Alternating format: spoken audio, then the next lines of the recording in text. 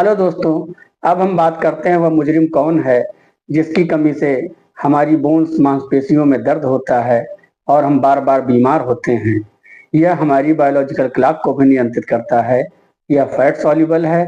इसका नाम है विटामिन डी। यह बहुत ही इम्पोर्टेंट विटामिन है जो कि हमारे शरीर में एक हार्मोन की तरह कार्य करता है और बिना इसकी उपस्थिति के हमारे शरीर के बहुत सारे तंत्र प्रभावित होते हैं। इसलिए अब हम इसके बारे में ठीक से जानते हैं। विटामिन डी हमारे शरीर में कैल्शियम के एब्जॉर्प्शन को ठीक प्रकार से नियंत्रित करता है और इसकी कमी से होने वाले मुख्य रोग जो बुजुर्गों में है, उनकी हड्डियों में दर्द या गिरने पर उनमें बहुत जल्दी फ्रैक्चर हो जाता है, उनके जॉइंट्स में पेन होता है और उनकी नींद भी डिस्टर्ब होती है। इस तरह से वे बहुत ही परेशान होते हैं। हमारी उम्र जब 40 के बाद जाती है तो शरीर के अंदर विटामिन डी की कमी होने लगती है। इसी तरीके से यदि बच्चों में देखा जाए तो उनका बौद्धिक विकास, उनका शारीरिक विकास और उनकी ग्रोथ और उनकी हड्डियों का विकसित होना विटामिन डी और कैल्शियम दोनों पर आधारित है। इसलिए बच्चों को भी विटामिन डी और कैल्शियम की उतनी आवश्यकता होती है जितने की वयस्कों को होती है। यह सबसे अधिक जो पाया जाता है वो सूर्य के प्रकाश में, जो कि एक नेचुरल सोर्स है। आज की भाग दौड़ भरी जिंदगी में हम बहुत ही कम देर सूर्य के प्रकाश में रह पाते हैं, इसलिए विटामिन डी की कमी होती है। यदि हम विटामिन डी को मेंटेन करना चाहें तो सुबह वही 9 या 10 के बाद 2 बजे के बीच में हम अपने हाथ और पैरों को सूर्य प्रकाश में खुला 10 से 20 मिनट यदि रुकें तो हमारा शरीर प्राकृतिक रूप से विटामिन डी का निर्माण करता है। जबकि जो हमारे खाद्य सोर्सेस हैं उनमें डेयरी प्रोडक्ट है, पनीर है, अंडा है, काजू है, यह इनमें विटामिन डी पर्याप्त मात्रा में पाया जाता है।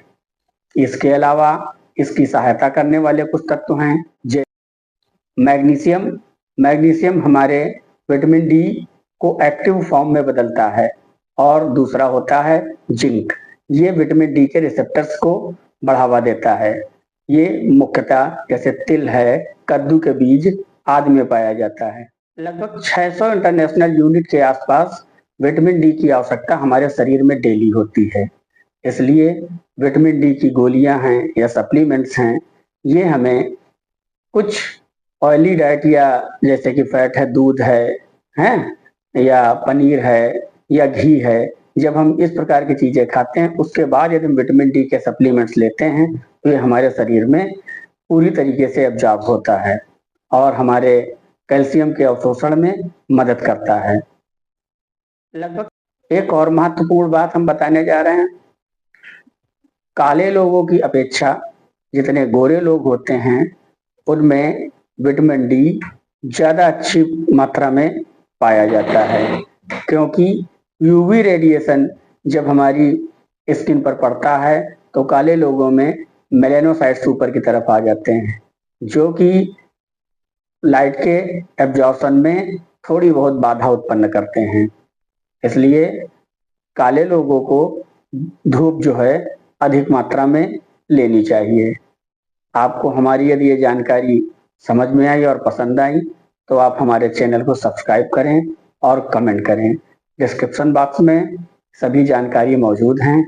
ऑनलाइन कंसल्टेशन के लिए भी आप हमसे संपर्क कर सकते हैं। धन्यवाद।